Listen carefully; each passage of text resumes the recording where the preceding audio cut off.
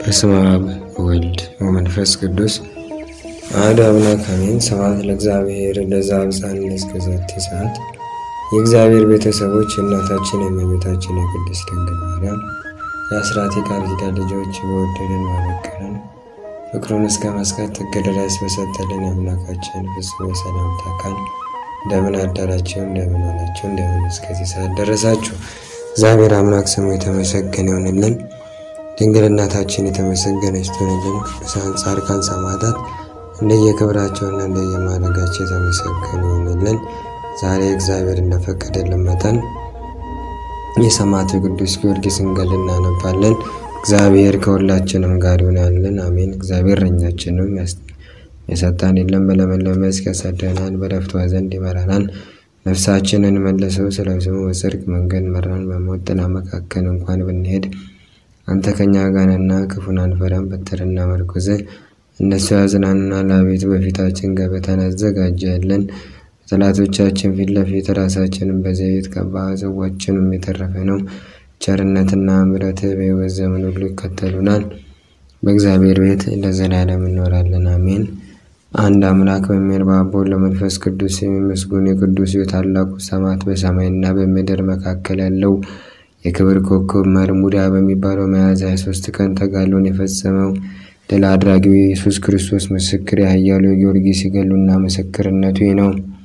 የእግዚአብሔር ቸርነቱ ይደረግልን፣ አሜን። ቅድመ ዓለም የነበረ ሁሉን አሳልፎ የሚኖር የሚሰወር ሕልፈተ ውላጤ የሌለበት ቀዳማዊ የእግዚአብሔር ዛሬ በዚህች ቀን በቅዱስ ጊዮርጊስ በበዓሉ ቀን ይሰብስበን። ቅዱስ ጊዮርጊስ በብርሃን አክሊል ያሸበረቀ ነው።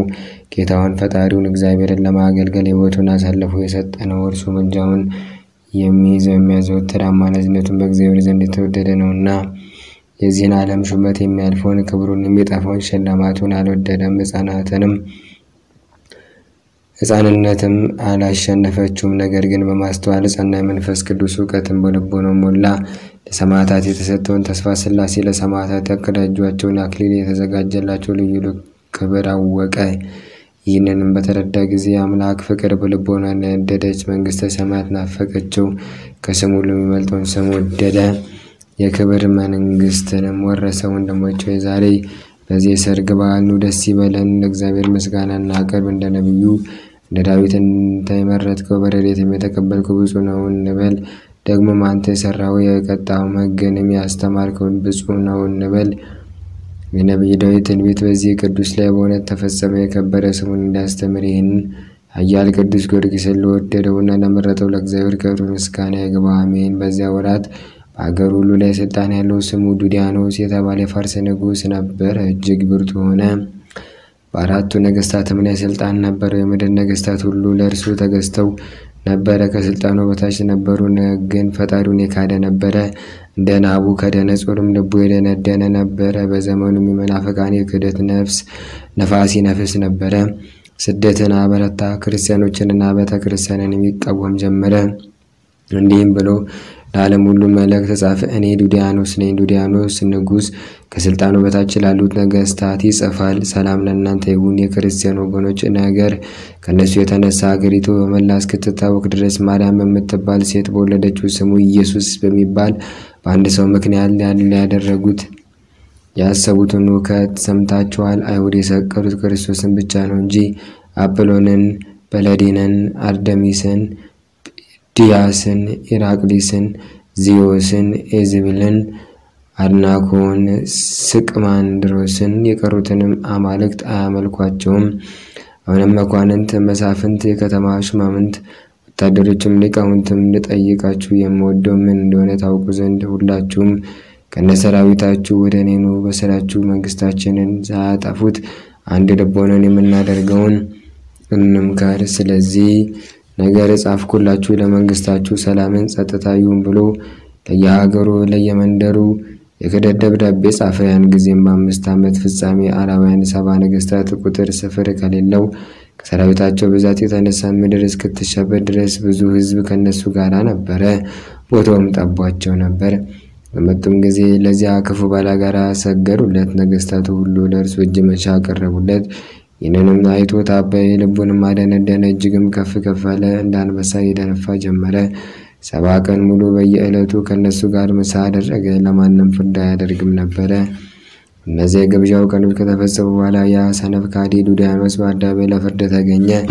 ነገሥታቱም ከእርሱ ጋር ተቀምጠው ነበረ። መሳፍንቱም በዙሪያው ቆመው ነበረ። ያን ጊዜ 70 ጣዖታትን አቆመ። አማልክትንም ብሎ ሰየማቸው፣ ሰገደላቸውም። ተከታዮቹንም እንዲሰግዱላቸው፣ መስዋዕት እንዲያሳርጉላቸው፣ እርድም እንዲያርዱላቸው ግድ አላቸው። ከዚህ በኋላ ክርስቲያን ብሎ በአፉ የሚያምነውን ሰው ሁሉ በዚያ ቅጣት ይቀጡት ዘንድ የሚያስጨንቁ መሳሪያዎች፣ የተሳሉ መቁረጫዎች፣ ልዩ ልዩ የሆኑ የስቃይ መሳሪያዎች አዘጋጅቶ ያ አሳች ከይሲ የስቃዮች መሳሪያዎችን ሁሉ ወደ ፍርድ አደባባይ አቅርበው እንዲያስቀምጡ አዘዘ። በዚያም በስቃዩ መሳሪያ መካከል የብረት አልጋዎች፣ የብረት ምጣዶችም፣ መንኮራኩሮችም፣ አጥንት ለመስበር የሚችል ከብረት የተሰራ የእጅ መቁረጫ፣ መላስ ለመቁረጥ የሚችል ቢላዋ፣ አጥንት ከጅማት የሚለያይ መውጊያ፣ አእምሮ የሚነሳ መሳቢያ፣ ችንካሮች፣ መርገጫ፣ ቀስት፣ ጥርስ የሚያወልቁበት ጉጠት፣ አጥንት የሚቀጠቅጡበት የተሳሉ መጋዞች፣ አፋቸው እንደ መጋዝ ጥርስ ያለው የብረት ድስት፣ ረጃጅሞች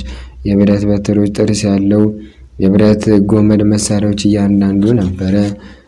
መሳተ ኬስ አማልክቶችን የሚሰድብ ልቡ የሚያመነታ የማይሰግድላቸውን ቢኖር በሕይወታቸው ሳሉ ቆዳቸውን እንዲገፏቸው በፊቴ የተሰለፉ ብዙ የስቃይ መሳሪያዎችንም በስጋቸው እንዲያሰራጩ ብዬ አዝዣለሁ። የልጆቻቸውንም ደም አፈሳለሁ፣ ራሳቸውንም እቆርጣለሁ። በመስተዋት አይነት መሳሪያ ጭንቅላታቸውን እበታተናለሁ፣ ጭናቸውንም በመጋዝ እቆርጣለሁ። ለምርኮ በታተናቸዋለሁ፣ ወድቃቸውን አፈርሰዋለሁ። በመጋዝ ስጋቸውን እበጥሰዋለሁ፣ ዓይናቸውን አውጥቼ በእጃቸው አስታቅፋቸዋለሁ። ኢየሱስ ከእጄ ያድናቸው እንደሆነ እስካይ ድረስም ስጋቸው ለሰማይ አዋፍ ለምድር አራዊት እንዲጣል አደርጋለሁ ብሎ በመሐላ ትእዛዝ ሰጠ። የስቃዩ መሳሪያ ግን የሚያየው የሚያስደነግጥ የሚያስፈራ ነበረ። መከራውን እንዲቀበሉ የሚወዱ ቢኖሩም ከስቃዩ መሳሪያ የተነሳ ወደ ኋላ ይሸሹ ነበር። እግዚአብሔርን የሚወዱ ብዙዎች ሰዎች የሚን በሰሙ ጊዜ ቤተክርስቲያን ላይ ከተነሳው ከዚያው ነፋስ ግርማ የተነሳ እንደ ሰም ቀለጡ። ነገሥታቱ እርስ በርሳቸው የተገባበዙ ጣዖቶቻቸውን እያመለኩ 70 ዓመት ቆዩ። የስቃዩን መሳሪያ 7 ዓመት ቆዩ። የስቃዩን መሳሪያ ከመፍራት የተነሳ እኔ የክርስቶስ ወገን ነኝ ሊል የደፈረ ማን የለም። በሁሉ ጽኑ ሐዘን ለቅሶ ሆነ። ፈጽሞ በአፉ የእግዚአብሔርን ስም የሚጠራ አልተገኘም። ይህ ቡሩክ ኮከብ ተርቢኖስ የተባለው ጊዮርጊስ ስለ ዓለም ሥርዓትን ለመምከር ንጉሥ ዱድያኖስ በፋርስ ሀገር ብዙ ነገሥታት ማሰብሰቡን ሰምቻለሁና አሁንም ብዙ ገንዘብ የከበሩ እጅ መንሻዎችን ይዤ ልሄድና ልስጣቸው፣ የአባቶቼንም ሹመት ልለምናቸው ብሎም ይህን ምክር በልቦናው አሳደረ። ከዚህ በኋላ ወዲያው ተነስቶ ብዙ ገንዘብ የከበሩ ልብሶችን ይዞ ገንዘቡንም ሁሉ ለአገልጋዮቹንም ጨምሮ ከነገሥታቱ ጋር ሊገናኝ በመርከብ ሄደ። ቅዱስ ጊዮርጊስም ወደ ንጉሡ ከተማ በደረሰ ጊዜ ነገሥታቱ ጌታችን ኢየሱስ ክርስቶስን ሲነቅፉ ሰማ። ጣዖታትን ሲያመልኩ በፍጹም ትጋትም ዕጣን ሲያሳርጉላቸው ክርስቲያኖችንም ሲያሳድዷቸው አየ። ቅዱስ ጊዮርጊስ በዚያን ጊዜ በቀር እንደዚህ ያለ ነገር አላየም ነበርና ብዙ ጊዜ በልቡ ተደነቀ። ይህንንም በተረዳ ጊዜ በልቡ አሰበ፣ አባቴና እናቴ የተጠቀሙት ምንድን ነው? በኃላፊው ዓለም ሹመት ጥቅም አላገኙም። የኖሩበት ተላ ደስታ ጠፍቶ የለምን? ወደ ፈጣሪያቸው ባዶ እጃቸውን ተመልሰው የለምን?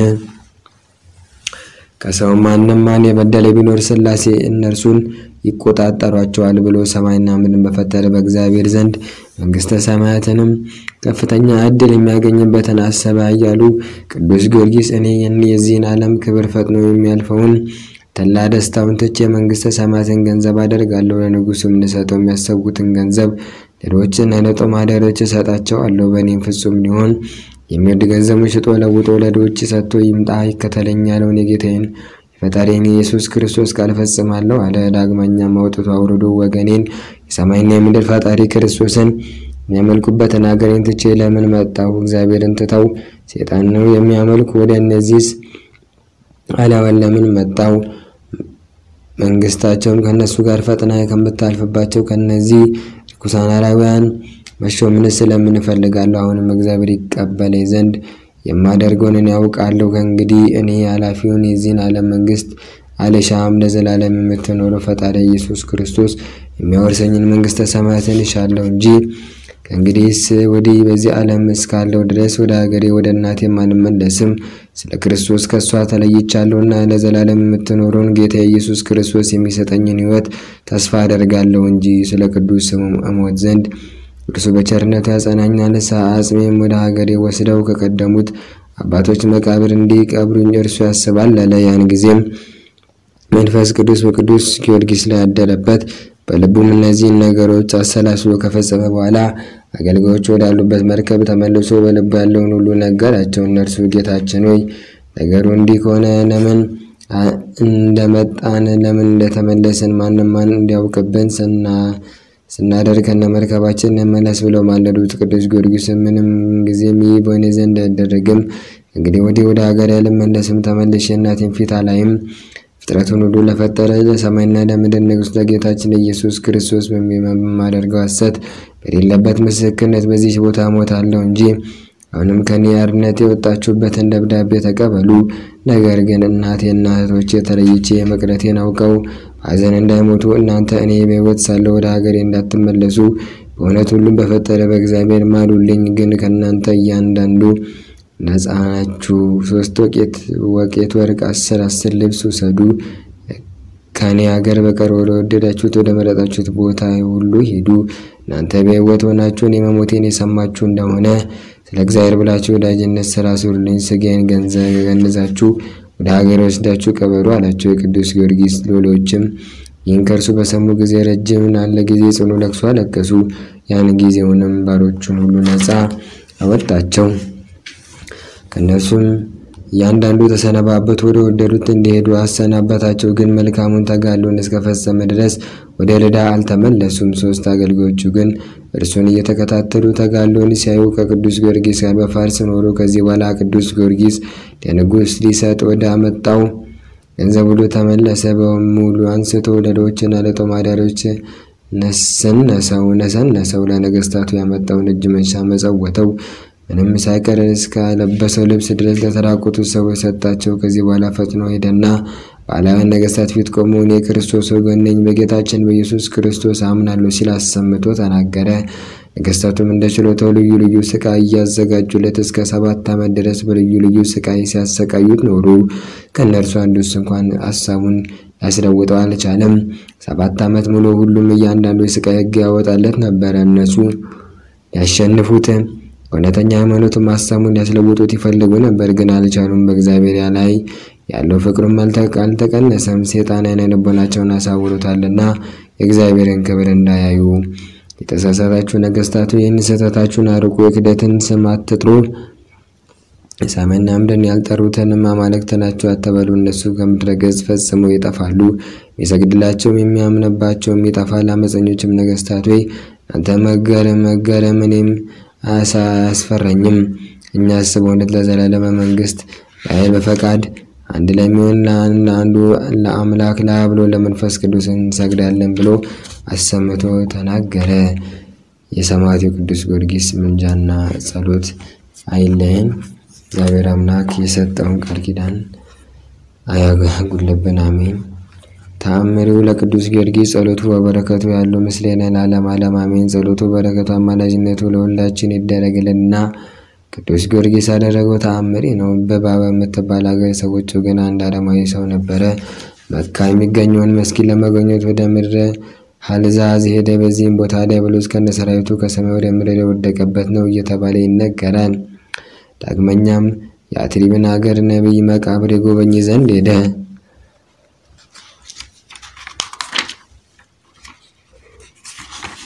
ጉብኝቱንም ከፈጸመ በኋላ ከጓደኞቹ ጋር ወደ ሀገሩ ተመልሶ እየደሳለ ወደ ኋላ ዘግይቶ ቆየና በዱር ብቻውን ቀረ። መሪር ለቅሶንም አለቀሰ። ምድር ግን በጣም በረሃ ናትና ዛፍ ወይም ውሃ አይገኝባትም ነበርና የዘላን ወይም የሽፍታ መኖሪያ ነበረችና በዛች ሰዓት ቅዱስ ጊዮርጊስ በነጭ ፈረስ ተቀምጦ መጥቶ በፈረሱ ላይ አፈናጠጠውና እንዳይን ጥቀሻ ፈጥኖ በባ ከሚባል ሀገር ያደረሰው። ከዚያም ወደ ነብዩ ይማልድና ወደ ጓደኞቹ ቢጮህ ለእርዳታ ማንም ሊደርስለት አልቻለም። በዚህም ጊዜ ጊዮርጊስ እርዳኝ እያለ በሚጮህበት ሰዓት ፈጥኖ ደራሹ ኃያሉ ሰማዕት መጣና ከተማ ውጭ ባለ ሀገር የሰሌን ዛፍ በበዛበት ቦታ አስቀመጠውና ከሱ ተሰወረ። የመጣበትም ሀገር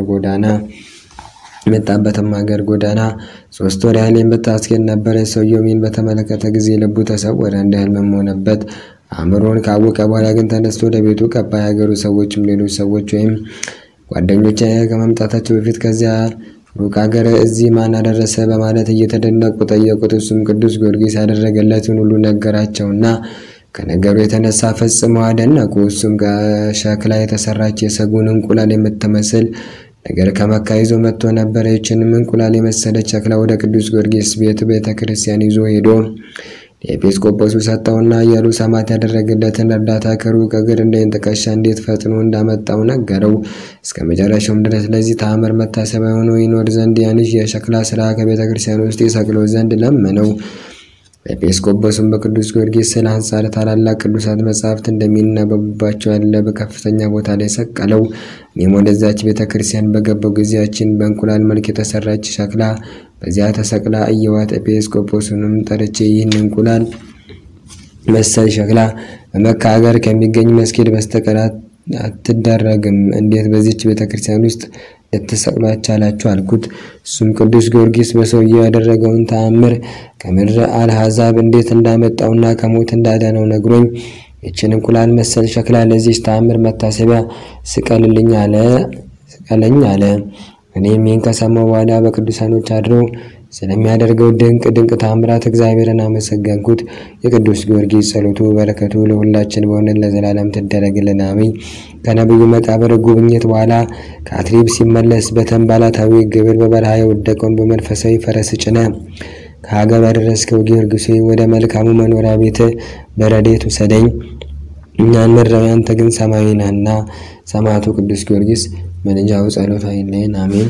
ሀገራችንንም ሰላም ያደርግልን። የኢትዮጵያ ገበዝ ነውና ሀገራችንን በሰላም ይጠብቅልን፣ ጦርነቱን ያስወግድልን አሜን። አባታችን ሆይ በሰማያት የምትኖር ስምህ ይቀደስ፣ መንግስትህ ትምጣ፣ ፈቃድህ በሰማይ እንደሆነች እንዲሁም በምድር ትሁን። የዕለት እንጀራችንን ስጠን ዛሬ፣ በደላችንንም ይቅር በለን እኛም የበደሉንን ይቅር እንደምንል። አቤቱ ወደ ፈተና አታግባን ከክፉ ሁሉ አድነን እንጂ መንግስት ያንተ ናትና ኃይል፣ ክብር፣ ምስጋና ለዘላለሙ አሜን።